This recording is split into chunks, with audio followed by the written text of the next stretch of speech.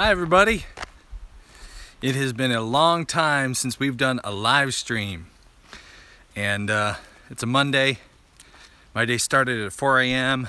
I was doing some work, and then I went fishing, and then I got some more work done this afternoon, and at this point I've gotten plenty of work done for the day, and it's still technically working hours, but I'm thinking to myself, I'm fried, and you know what, I'm gonna do a live stream. So it has been, it's probably been over a month. Hi everybody who's showing up for the live stream. It's been probably since June since we did any live stream action, and a lot has changed on the farm.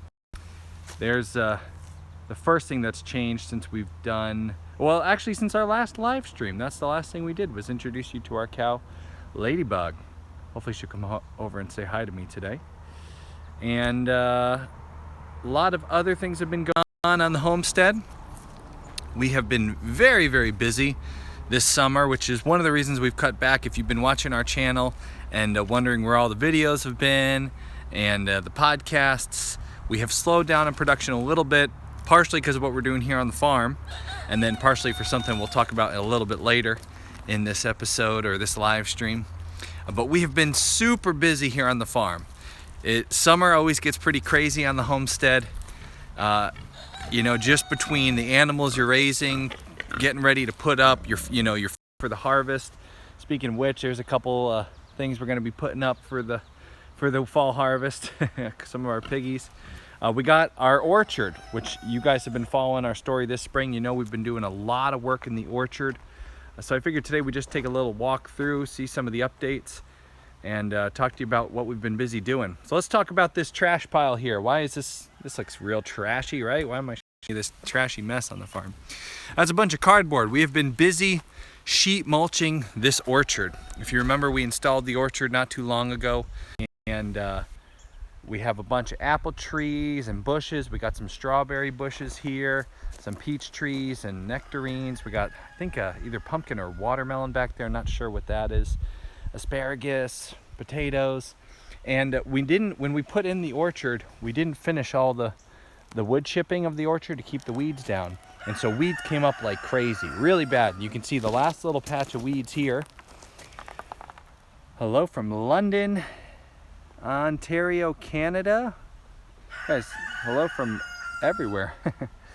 Hello from Tennessee. Boy, we got a lot of different places people saying hi from today, so thanks for joining us, guys.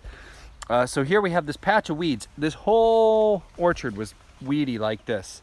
And so what we did, we've been really, really busy. Every free chance we get, we're running out. We're getting cardboard like you see here from auto body shops and from, let's see, Costco and wherever they got cardboard. And we've been doing sheet mulching. So you take, hello from Michigan. You take a piece of cardboard, you put it down, you cover it with wood chips, and you continue till the entire orchard is finished. I can't tell you how much work that has been. Oh man, we've been really, really busy with that. And fortunately, we're coming along really nicely, so the garden is doing really good. We have our cardboard, and sheet mulching really helps keep the weeds down, says Deanne Holiday. Yep, it really does help, guys. I tell you, I was telling somebody the other day, sheet mulching cuts back probably 95% or more of the weeding that you would be doing once you put that cardboard down, and then the wood chips. It takes care of a lot of work. Amy says, I love your cow. Hi from Idaho. Amy, we're headed over to see the cow in just a minute. I'll say hi to Ladybug. So what's another thing? Ooh, barefoot backyard says careful with those big staples. Barefoot backyards, thinking about our bare feet. We're pulling them out of that cardboard before we put it in, because I like to garden barefoot, and I don't want to get stapled. Staples, we've got that. So here's another update. We never even got to tell you about these guys because we've just been so busy.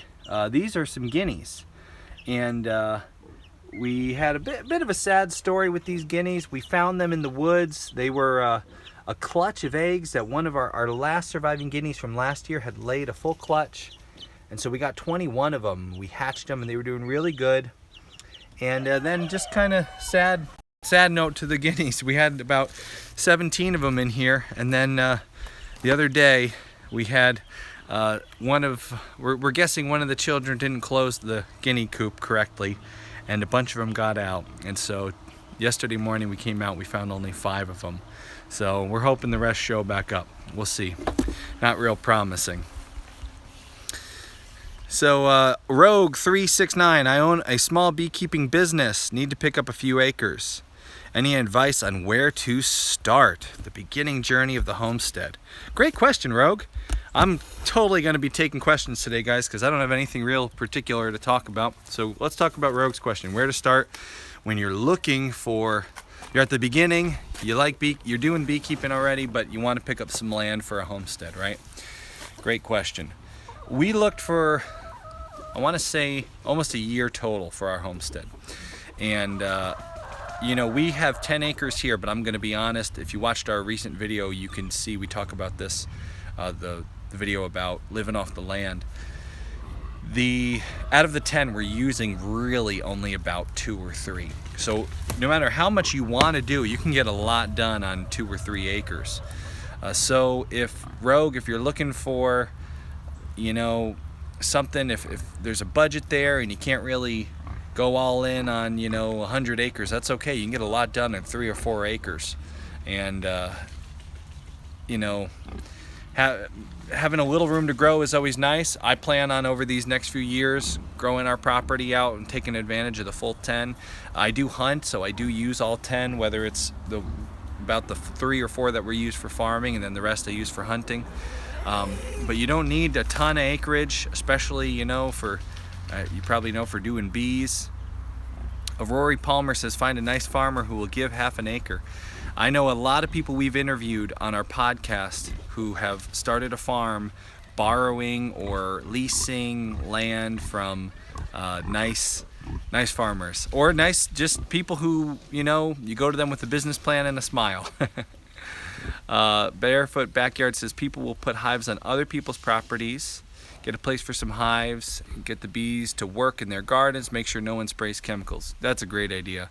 I know around here there's a guy who does a bee service that he'll put a bee hive on your property and he'll share the honey with you, so you get your own local honey, and then he takes the rest of it, and you pay him a small fee for the honey that you get. It's kind of a cool idea. So, you know, if you can buy your own land, you know, you don't need 100 acres. A couple acres does a lot. If you can't afford your own land right now and you just want to get started, yeah, see if you can find someone who's willing to let you host some hives. If you see someone with a beautiful garden, print up a 1-page business plan, show them the details on how bees help production in a garden or in an orchard. Show them the data. Say, listen, they're not going to sting you. They're not going to swarm, and you get some local delicious honey, and good way to go. 400 hives. Whoa, okay, so you don't need this. So you're looking more for wow, you need 5 to 10 acres for 400 hives. So Rogue already knows how to do the hive thing. You just need your own land for setting up your processing facility. 5 to 10 acres. Again, 5 to 10 acres. So where do you start looking for that? It took us time, and that's especially if you're you know, want to stay local to where all your hives are already established. I'm sure you do. Just taking time and putting the word out there. Good example, my brother-in-law bought a 50-acre farm.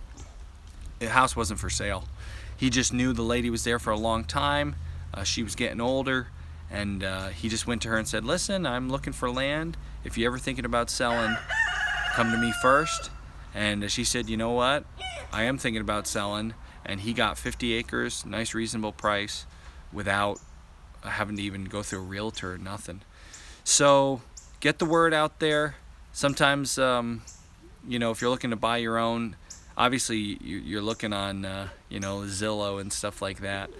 But just getting the word out and getting a little creative in your approach might be a good way to stumble upon some acreage, especially if you're trying to stay local, which the more you narrow that search, the harder it gets. So I hope that helps. Scott asked, what do your pigs weigh when you're going to butcher them? So let's continue our refreshing walk through the farm here and say hi to the piggies. They were right behind me in case you couldn't tell. Hey, piggies. Let's say hello. So what is the finished weight on these guys? Seems wrong to talk about right in front of them. They're getting pretty close.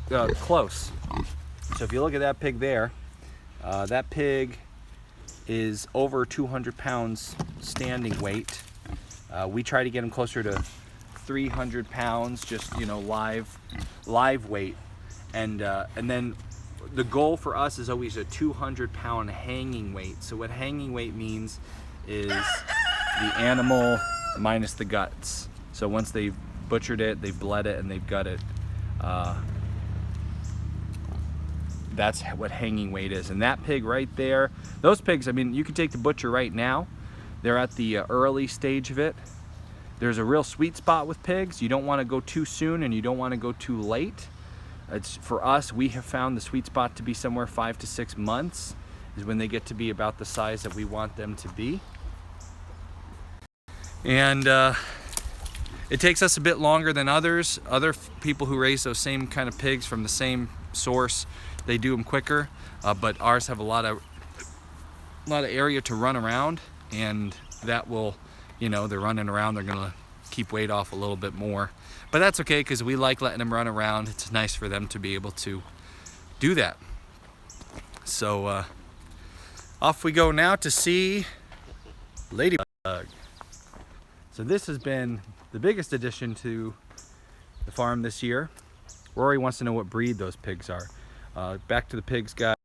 Pigs are a cross, Yorkshire landrace cross. They got a little bit of a Hampshire in them too. And we get them from a local guy who has been breeding pigs for just years and years. And he's got a great operation there. Love it. So I don't really have a favorite breed. I have a favorite source, and that's what I suggest to anyone looking to get into pigs. Don't worry so much about the breed. They all taste delicious. Find a good, reliable, reasonable source. That's way more important than the breed, because they all grow nice and they all grow. I've raised Tamworths and Berkshires and Hampshires and the Yorkshire landrace, and they all taste great. They all wind up nice carcasses. I like these the best. They do grow a little quicker and a little bit longer, but it's mainly I go with them because of the source I have. So, cow time. Let's say hi to Ladybug. How you doing, Ladybug? This is our latest addition to the farm. She is a pregnant. She's with calf right now in there. Heritage Jersey. If you can see her, let me see here. Try to give you an idea where she stands on me. So here's Ladybug. You can see she's a mid-sized Jersey. She kind of looks about here to me. So a really nice cow. Here she comes. She's coming to say hi. Hi, Ladybug. How you doing? We got her for milk. She is, as if you know anything about dairy cows and Jerseys have really, really wonderful milk.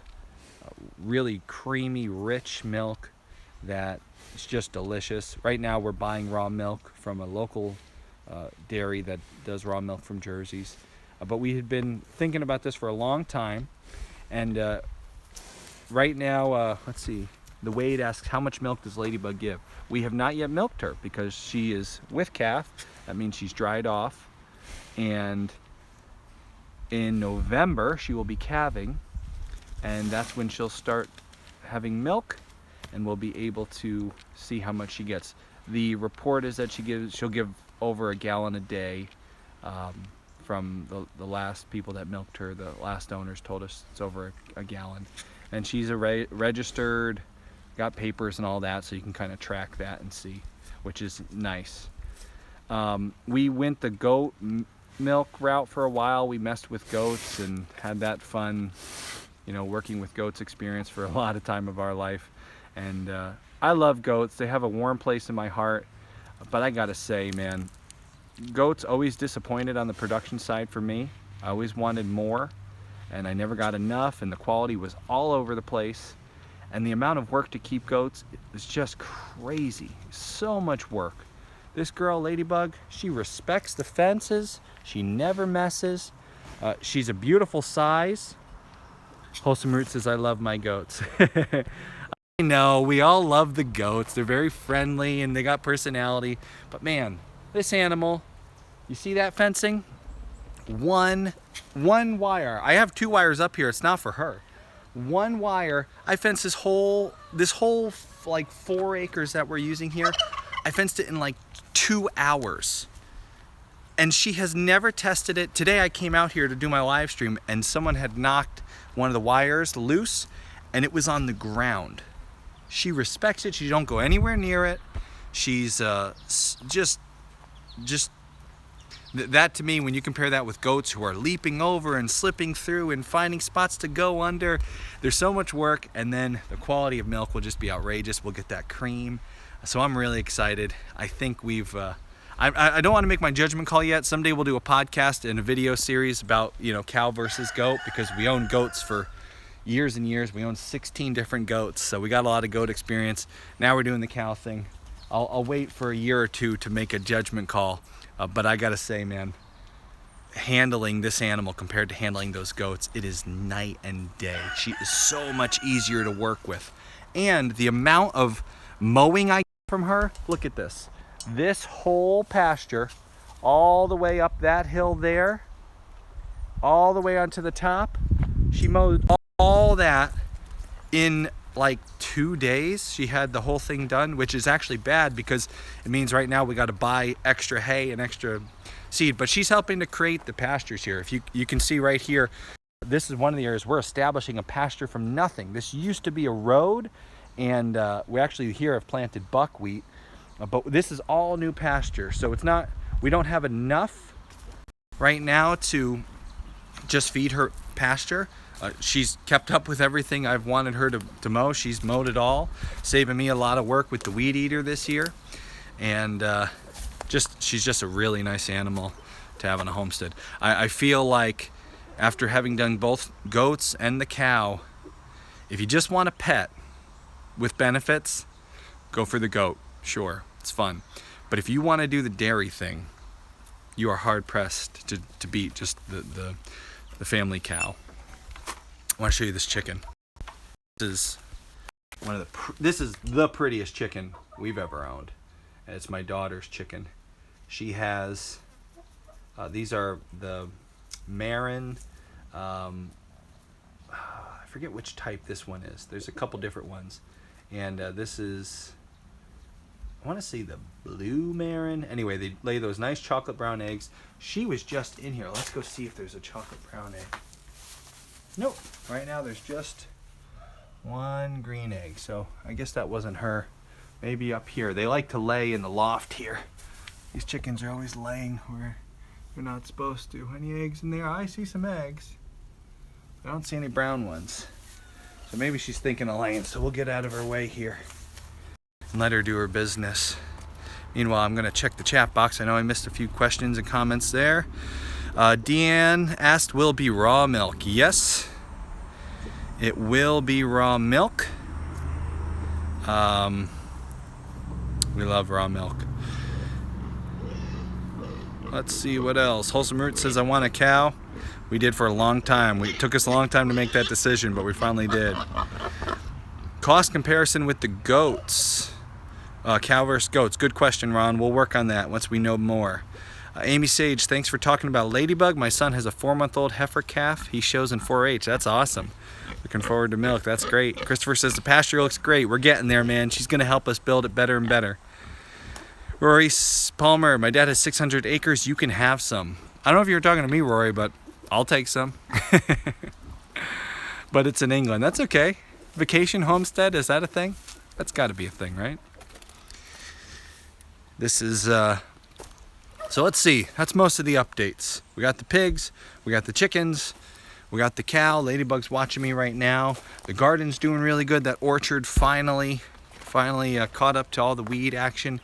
It's been a great summer, guys. It's been really busy on the farm, but that's we love doing this stuff, and it's nice because although we weren't able to get out a ton of videos this summer, we sure did bulk up on the amount of things that we could talk about once things slow down a little bit. So that turkey behind me, that's one of my son's turkeys, for any of you who've been following that story. The 2 turkeys that survived out of the 17. That was brutal. But he's a little bit, he's coming into his own. You can see he's all puffed up there. And I don't know if he's long for this world, because we have lots of little kids and he doesn't seem to like them. So we'll see. That might be an early turkey dinner. So any more questions, guys, before we close this thing up? It was fun to do a live stream. Haven't done one in a while. We got a really great podcast episode out. If you guys don't listen to the podcast, you should, because I mentioned before, one of the reasons we haven't been doing videos was because of all the work we've been doing here. But then the other reason, hey, we can homestead.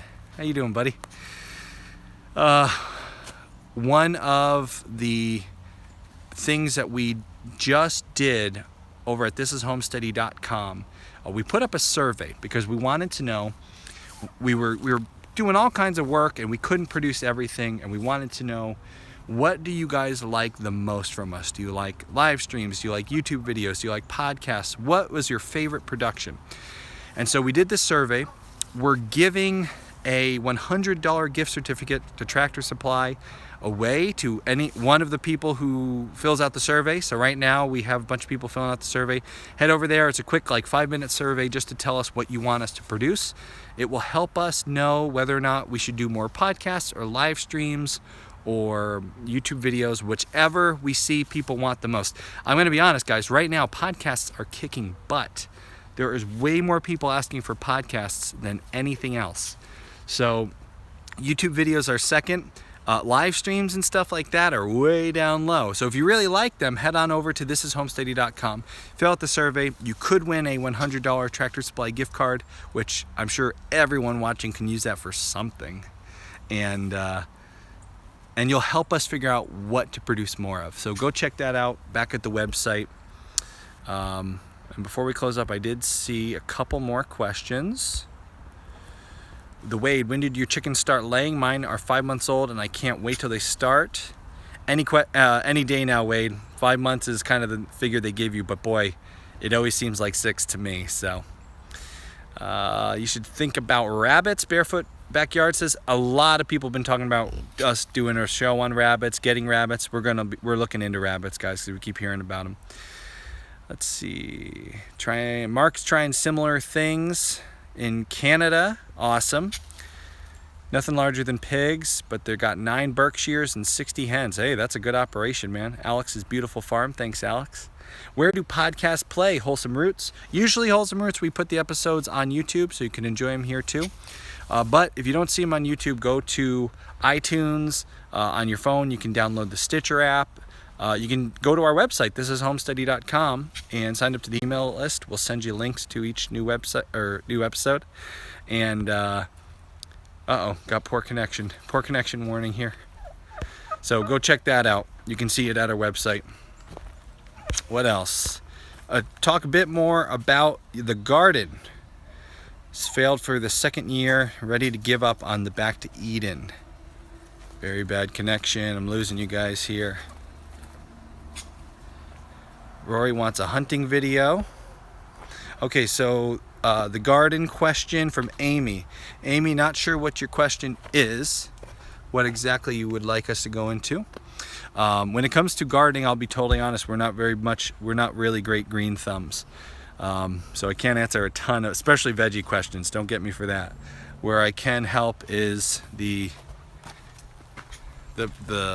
method that we used, but I can't help much with the results end of things. That's why I interview people for our gardening episodes. What else? Okay, we saw Weekend Homestead. Will's helping people find our podcast. Thanks, Will. Appreciate that. Rory wants a hunting vid. Rory, hunting season is not here yet, but it's coming fast and furious. And so we will have hunting vids when the time comes. Anything else before we close up? Straight run and eat the roosters or just do pullets? Good question. Exotic Critter wants to know. Let's see, are people saying... Okay, good. We still got okay connection here.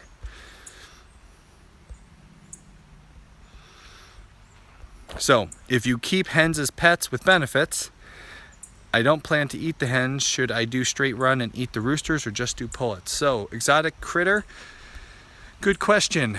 That one is it depends.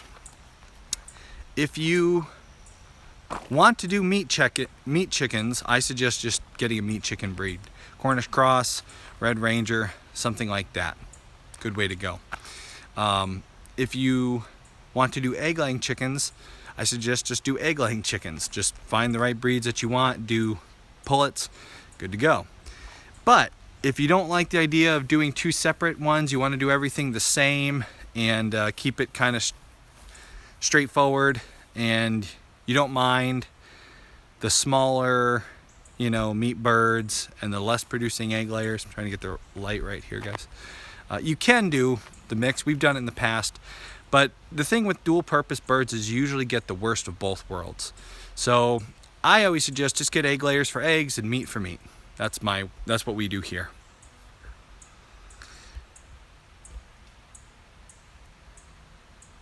Plants are poisonous for chickens. Trudy wants to know. Trudy, sorry, can't help you there. I do not know of any plants that are poisonous to chickens. So, sorry, can't help with that one. The Wade wants to know what breeds we have. So we have Aracanas. We have the Rhode Island Reds. We have, for meat birds, we did the Red Ranger and the Cornish Cross this year. We also have those Marins that I was showing you before. We have a couple mutts running around that have been bred here on the farm, kind of from our own chickens. And that's pretty much the bulk of it. Barefoot wants to know, what do we hunt? Barefoot, I hunt everything. Anything I can shoot, I will. Because it's either something I can eat or it's something that eats the things I eat on the farm. So most of the time that's deer, birds, turkeys, pheasants, that sort of thing. And then if I see coyotes, raccoons, things like that, they get hunted too because they kill my chickens. So a little bit of everything. Lots of hunting here at Homesteady, and it's a great way to put meat in the freezer. We between deer meat and bird meat, that's a huge factor in feeding our family. So that's why I got into hunting, and that's why I hunt, to feed the family. Let's see. So Amy, we got Wholesome Roots as a master and gardener. Contact him or her. I don't know if it's a him or her, but contact them and see if they can help you out, because I am not a master gardener. I am a greenhorn. Oh man, Kev with a $20 super chat. Greetings from Denmark/Europe. Kev, thank you so much, man. That is a major way that we're able to do this show, is the support of our fans. And we've been working with some partners lately, but more and more Homesteady is becoming just totally listener supported, which I think is awesome. So thank you so much. That's really appreciated. And it's the way we're able to keep doing this show. So concerned with rhubarb leaves for composting with chickens. Trudy wanted to know about the poisonous plants. So question. We do have rhubarb here, and things peck at it, and we've never had anything die, but not much pecks at it, so can't say that I know for sure. But here's the rhubarb, and you can see nothing has. I have free range chickens all over the place. Something's been munching at that, so a little bit, but you can see they don't really mess with it. So I wouldn't be too worried unless it was you had a very small run where they couldn't avoid it, and even then I don't know personally if it's poisonous or not. But with poisonous plants, we have had issues with poisonous plants. Animals do not naturally always avoid them. We have lost animals that wanted to eat the poisonous plants. But there's the rhubarb, and they hardly touch that, so hopefully that helps. All right, guys, it was great to do a live chat with you. It's been too long, I know, and we will get back to doing some live stuff more and more as summer slows down. And we got some good videos coming up this week. We just released a chicken tractor video today, and I got a fun fishing video for any of you fishermen out there. That's coming out later this week. And I'm gonna go do some more fishing this week. I've been fishing a lot lately. I've just got the fishing bug. So thanks for watching. Thank you for the support. And it's been good talking with everybody. And we'll be back sooner than later.